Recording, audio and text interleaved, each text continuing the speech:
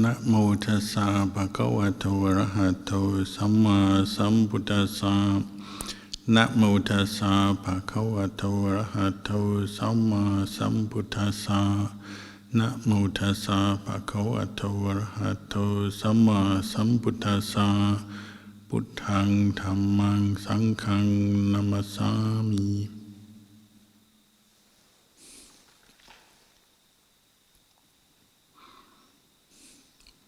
Blessings, good evening.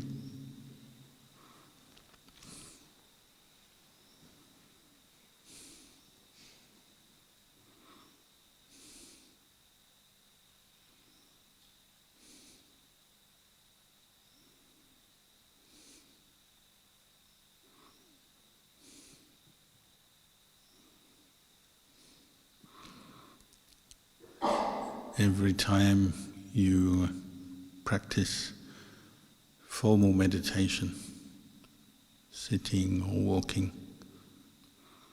it becomes apparent, I think, how much we need to rely on patience and endurance in our practice. Because over and over again we're trying to bring up the qualities that the Buddha encouraged as we practice meditation. The mindfulness, the clear comprehension, the effort and energy, all the positive, skillful qualities we're aiming for. We put a lot of effort into bringing them up. But of course, we also have our accumulated mental defilements, attachments, cravings, which also come up as you're attempting to bring up the skillful qualities. The unskillful qualities will come up out of habit, when we're not mindful, not fully aware, and due to past karma. So we need much patience and endurance to deal with that fact over and over again. Because it's frustrating practicing with a human mind.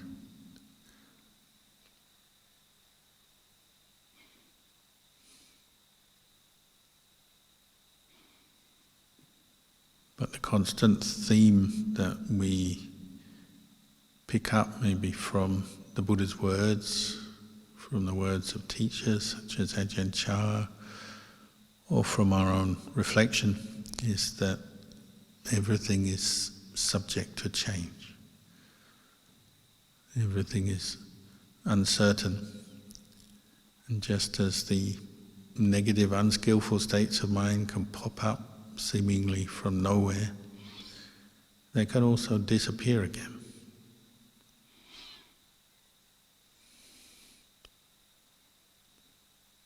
Our trains of thought, our emotional experience is uncertain. It changes. Nothing is fixed. Even though sometimes we have that thought as well. We say, oh, it's always like this. Why is it always like this? Why is my mind always not peaceful, thinking too much? Why is my mind always worried or angry or full of doubt, whatever it may be? We often say that. It's always like this. But part of our practice of meditation is looking more closely and observing, and you realize it's not always like that. There are moments when we have the negativity, the restless agitation of mind, but then there's also moments when we are more peaceful and the mind is quieter. And you can use that knowledge to help you, partly to bring up more patience when the going gets tough and there's agitation. You know that it's not always like that, so it will pass. So wisdom and understanding can also help you to be more patient. And knowing the value of patience when you're dealing with the untrained mind.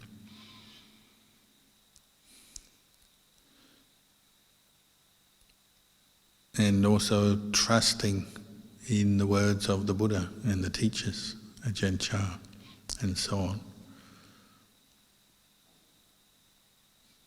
They pointed out that whatever you're facing in your mind, in your life, that's coming up, is impermanent. It will change. It can change. And we as human beings can change for the better. So we also have faith, confidence, or the Buddhist word is sattha, and passaddha, to give us some energy and patience to go through the difficulties in training the mind in meditation. Sattha means faith or confidence. Passaddha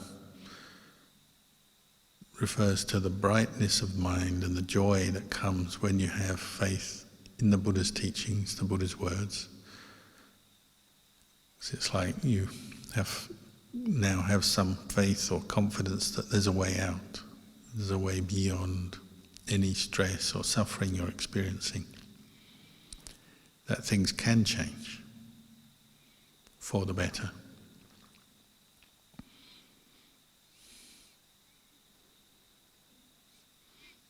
So some of these are the core qualities that we need as we meditate. The faith, the confidence in the Buddha and his teachings, the patience, the energy,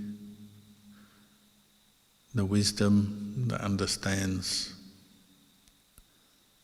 the value of practice and training. And then we just have to keep doing it.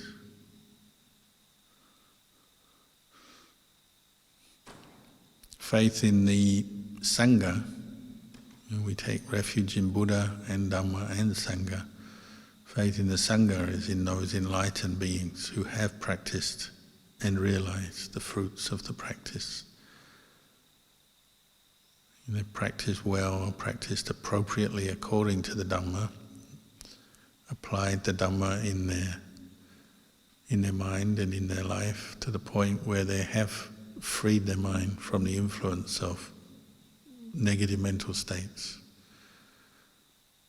Depending on what stage of enlightenment they've achieved, Sotapanna, Sakadagami, Anagami, Arahant, stream enterer, once returner, non-returner, fully awakened being. They have shown that human beings can change. So we take the enlightened Sangha, Sāvaka Sangha, as refuge as well. But it's also feeding back into our own confidence that we can also change for the better. Nothing is fixed and permanent. However bad our meditation may seem, however unhappy, unpeaceful our mind may appear, nothing is permanent and fixed. It can change. But we have to apply these teachings.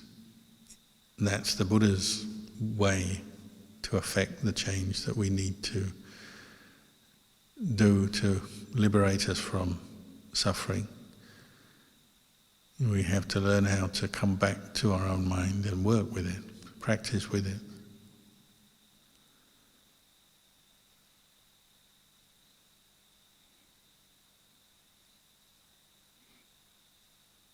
We've all been through challenges and difficulties in life, in different areas of our life, learning new things, learning knowledge, when we were studying, learning skills to do with seeking a livelihood, a career, some job, learning to live with other people in a family, in a relationship, in society, in a workplace, We've all encountered challenges which required us to use these kind of qualities, to learn, to observe, to understand, to be patient with, to put effort in.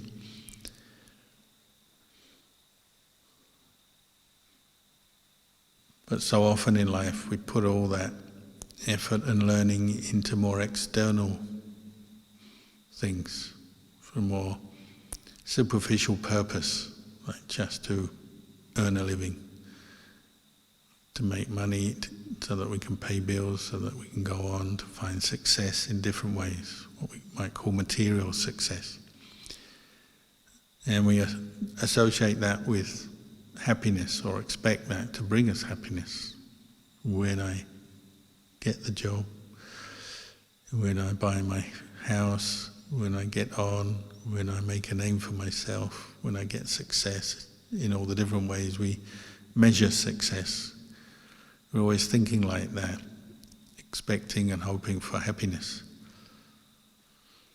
With practice, we're just bringing the mind back to the present moment and observing the way things are. Even if that means observing dukkha, suffering.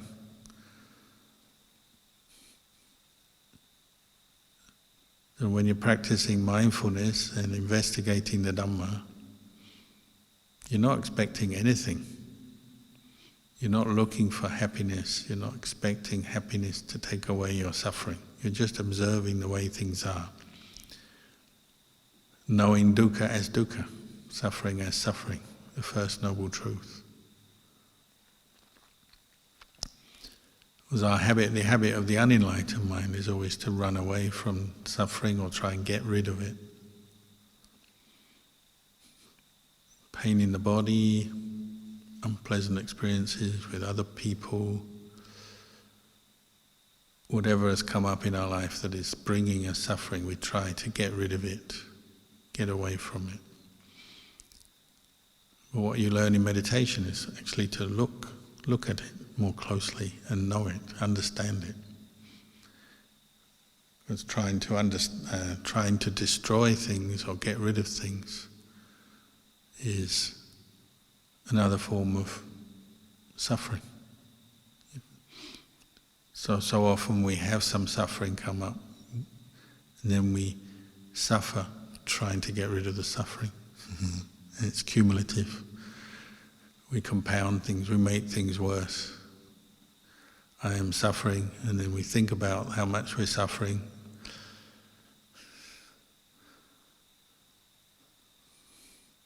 We complain, tell everyone else about it sometimes, or we take it out on ourselves, take it out on others, take it out on the world. Become unhappy because of suffering. And so suffering tends to breed suffering when we're not very mindful and aware of what's going on. Sometimes we're angry because we're angry. We're disappointed because we're being conditioned by greed and we're not getting what we want, so we get suffering again. All of this, the Buddha pointed out, we chant regularly, don't we? Not getting what you want is suffering. Being with what you don't want is suffering. Not getting your wishes fulfilled is suffering. Birth, aging, sickness and death are suffering. But you can't destroy or get rid of birth, aging, sickness and death. And you can't destroy or get rid of most of the kind of experiences where you're not getting what you want. Better to just know them as the way they are. Oh, it's like this. When you don't get what you want, it feels like this. When you're with unpleasant things that you don't want, it feels like this, it's like this. This is dukkha. This is why the Buddha said it's a noble truth. It ennobles your mind. Actually raises your mind up. It brings you that improvement that you're hoping for. Peace through understanding.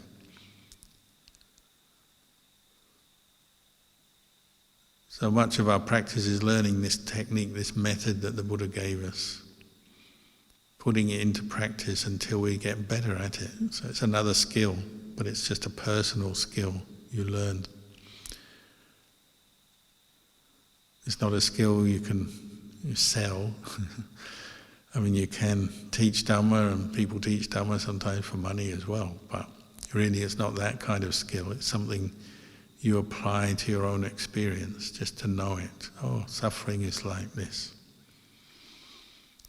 And it's private. Even if you do tell others or explain it to others, still it's something you just know for yourself. Oh, suffering is like this. Not getting what you want is like this, feels like this. As these kind of results, it comes up this way. But your aim is to be mindful and aware of suffering as it is. No more, no less, no add-ons. Just knowing dukkha as dukkha. When we don't know dukkha as dukkha, we suffer, and we create more suffering out of the original suffering. We suffer because we suffer. And then it seems never-ending, and that's why it brings up the idea, oh, it's fixed. Oh, this is never-ending, I'm always suffering. If that keeps coming up, then we become quite gloomy or depressed, unhappy in different ways. But suffering as a noble truth is not practiced alone. You bring up the other noble truths to help deal with it. The way you can know suffering is because you cultivate the path. Sila, samadhi, panya, virtue, concentration, wisdom. You apply that so that you can see the underlying causes of suffering are the lack of awareness, the lack of mindfulness, the lack of understanding, and remove them. So it's not the suffering you have to remove, it's the craving, the attachment, the ignorance that leads up to suffering. Makes us identify with suffering as self and compounds it, makes it worse than it needs to be. You know, if you think about it, there's no way around it. Being born as a human being, you're going to have some suffering. Birth, aging, sickness and death, they come with it as a package, being a human being. And there's no one who can avoid those things. The pain of birth, the pain of aging, the pain of suffering, sickness, and the pain of death. You know, however much wealth, security, power, fame and fortune we acquire, you can never completely eradicate birth, aging, sickness and death from the experience of a human being. But you can understand it. By developing this path, you can bring your mind to be mindful of suffering and know it. Oh, it's like this.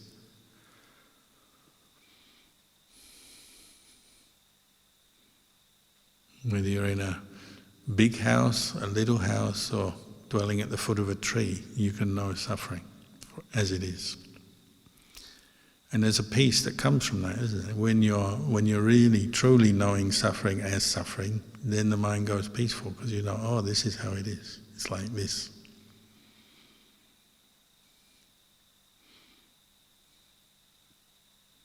When things don't go your way, this is suffering, it's like this.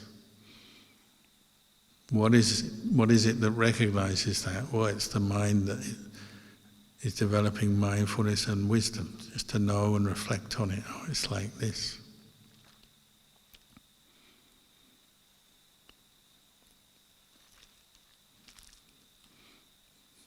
And there's that famous phrase the Buddha used, one who sees the Dhamma, sees the truth the way it is, sees the Buddha. You know, the essence, the core of the Buddha, the essence of the Buddha is this knowledge of the Four Noble Truths. So one who sees Dhamma sees suffering as suffering, knows, oh, this is suffering, it's like this. And they know what the cause of suffering is, craving, attachment, and they therefore abandon the cause. But if you know something's going to make you suffer, why hold on to it? Why feed it? Why allow it to stay? So once you see suffering, know suffering, it's just a natural step to begin abandoning craving and attachment, because you know that's the cause of the suffering.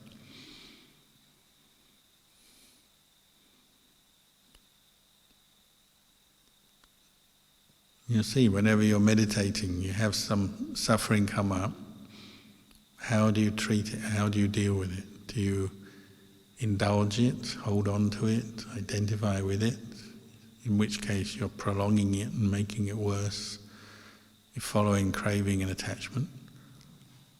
Or do you establish the path, the mindfulness, the insight, and say, oh, this is suffering, and recognize the craving and attachment underlying it, and let them go. And we use the different reflections to help do that, to let go. You see something as impermanent, as not really belonging to you, as part of you. Then letting go becomes a more natural step. It's just a thought, it's just a feeling. This is the mind with mindfulness and insight can do that. It can see a thought, it's just a thought. Feeling is just a feeling. With no mindfulness and insight, we attach. My feeling, my thought, why do I have to feel like this? Why do things like this happen to me? Ignorance, conditioning, craving, conditioning, attachment brings up suffering.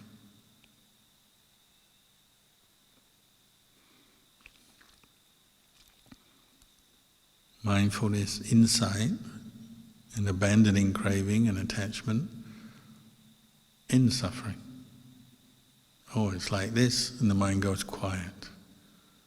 This painful feeling I'm having as I meditate, it's like this, and then the mind goes quiet because you're mindful of it. Rather than endlessly thinking about it in a negative way, I don't like this, don't want this. Just know, oh, it's like this. It's impermanent. Yes, it is suffering, but it's not self. You don't have to take ownership of the pain, you just know it. The negative thought, the anger, the fear and worry, the unsatisfied desire. It's impermanent, it's not self. So you undermine it, the attachment to it, and then the mind goes quiet. Why can we do this? Because other people have done it before us, and they've already shown that it can be done. Every bit of desire, every bit of attachment can be let go of. Every worry, every bit of irritation, every doubt, every negative reaction to whatever it is that comes up can be let go of. Why? Because others have let go of it. The Buddha, the enlightened ones, they've all let go. So we can let go.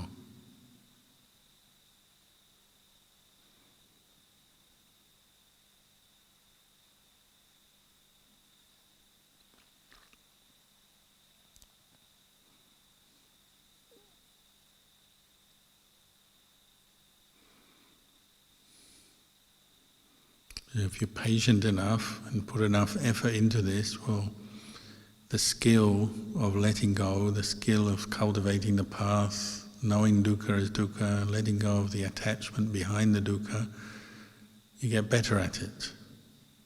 That's why we call it a skill. Skill means a quality to be developed. It's both a kind of knowledge, an attitude, an understanding, and also just applying Dhamma to whatever's going on in your life, in your body and mind from moment to moment. You're looking at your experience skillfully, without craving attachment, but just knowing it. And with mindfulness, your mind is in this unbiased, detached state. So you don't grasp at the pleasures, but you don't suffer with the pain either. Mindfulness is a very neutral, unbiased quality. The more mindfulness we have, we just know things. So you know dukkha, oh, it's like this.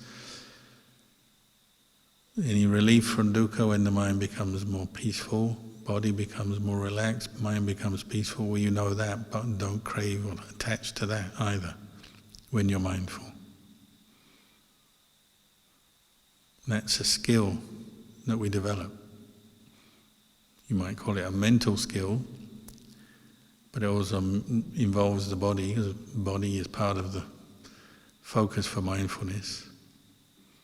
It's a skill we develop over and over again. That's where we need the patient effort, not giving up, not believing the thought that says, I can't do this, this is no good, this is too difficult. Why me? Why did this happen?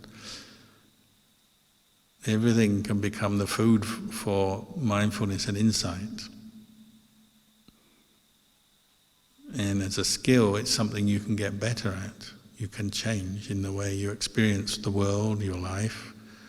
So as you become more skilled in establishing mindfulness, knowing things as they are, then you suffer less. And that should be the sign or the motivation that says, oh, keep doing this, you're going in the right direction.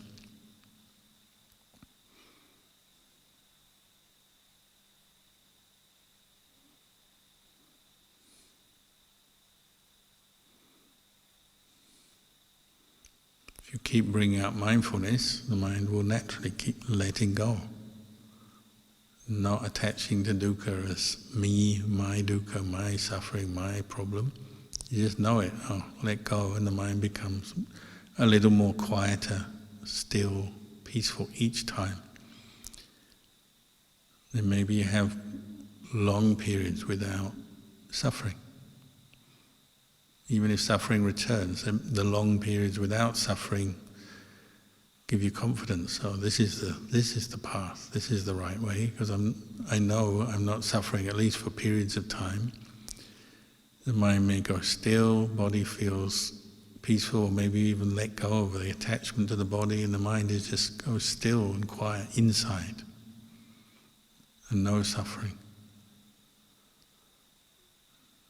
When you experience that a few times, then the suffering becomes more clear. Oh, when I grasp that this suffering is me, myself, I'm suffering, I really am suffering. So you don't want to grasp at it or identify with it anymore. You don't want to cling on, so you let it go. Just let it be. Even if you have physical pain, bad memories, negative thoughts arise, you know they're just what they are, and you let them go.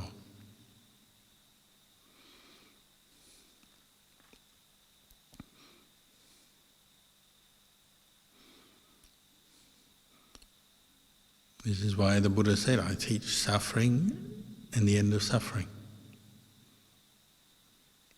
It boils down to that simple explanation, description.